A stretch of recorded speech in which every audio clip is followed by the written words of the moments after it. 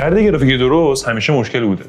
یکی میخواد گیم آنلاین بزنه، یکی میخواد گیم‌های تریپل ای بزنه، یکی میخواد مثلا 10 میلیون هزینه کنه، یکی 20 میلیون. میخوام تو این ویدیو دقیقاً بهتون بگم که برای کدوم دسته از افراد یا تو چه رنج قیمتی چه کارت گرافیکایی خوبن.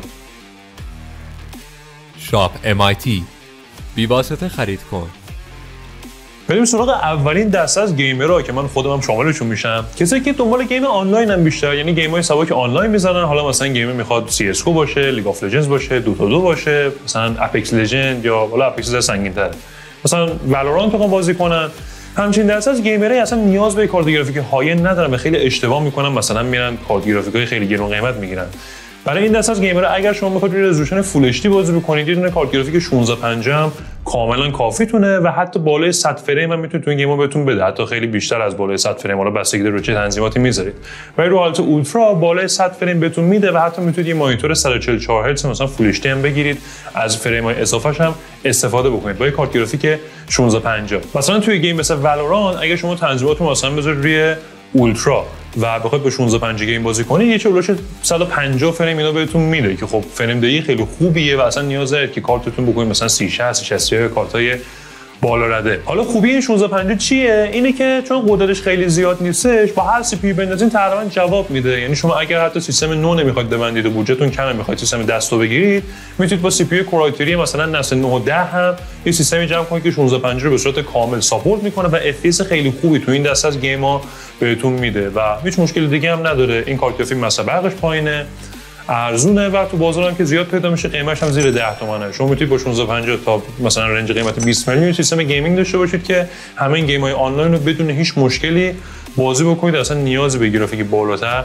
ندارید. اگر بخواید برید سراغ گیم‌های تریپل ای یه مقدار قضیه فرق میکنه. شما مثلا یه گیمی مثل سایبرپانک رو بخواید روی پایین‌ترین تنظیماتش هم رزولوشن فول اچ دی بازی بکنید، همه چی هم آف باشه، یه چه اولش 45 فریم بهتون میده و تازه اینم به کنار اگه حتی 60 فریم بالا بهتون میداد، اصلا پوینت این گیم‌ها اینه که از گرافیکش لذت ببرین. وقتی تنظیماتتون میارید روی پایین‌ترین حالت، اصلا دیگه هیچ لذتی نداره، اون بازی کردن اون گیمه دیگه هیچ پوینتی نداره واقعا. اگر شما میخواید این گیم‌های تریپل ای هم در کنار گیم آنلاینتون بازی بکنید، یه چند تا گرافیک میخوام بهتون معرفی بکنم که اینا مد نظرتون باشه، چون 1650 به کارتون اصلا نمیاد. این گرافیک‌ها میشن گرافیک‌های 3060 تی، 4060 و 4060 تی که تو رنج قیمت 22 تومنن.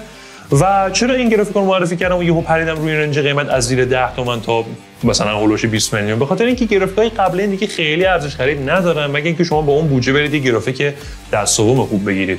مثلا سری 16 انویدیا که اصلا دیگه نمیارزه بخواد 1660 سوپر و اینجور چیزا بخرید.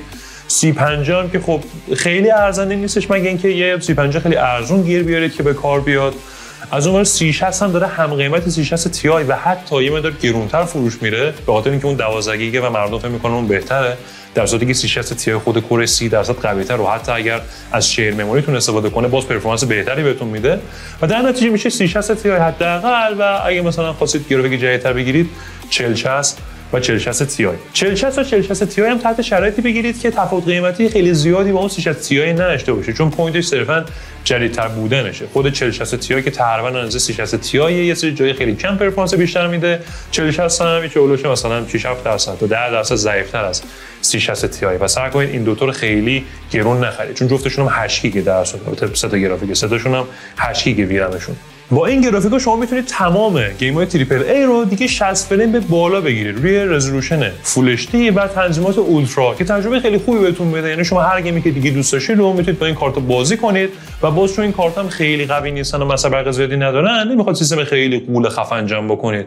با این سیستم فکر کنم 40-45 میلیونی میتونید که همچین گرافیکا رو سیستمتون بندازید و پرفورمنس کامل ازشون بگیرید. یه سی پی یو 12400 i5 یا مثلا 13400 کاملا این گرافیکا رو هندل میکنه، نیاز به چیز بیشتری اصلا ندارید. حالا شما که این ویدیو رو دیدید تا اینجا شاید براتون سوال شده باشه که این کارت گرافیکا تمام گیم‌های تریپل ای رو ساپورت میکنن، پس اصلا پوینت یا مزیت اون گرافیکای بالا رده چیه؟ چرا اصلا ملت میرن اونا رو میخرن با اینکه خیلی هم گرونترن؟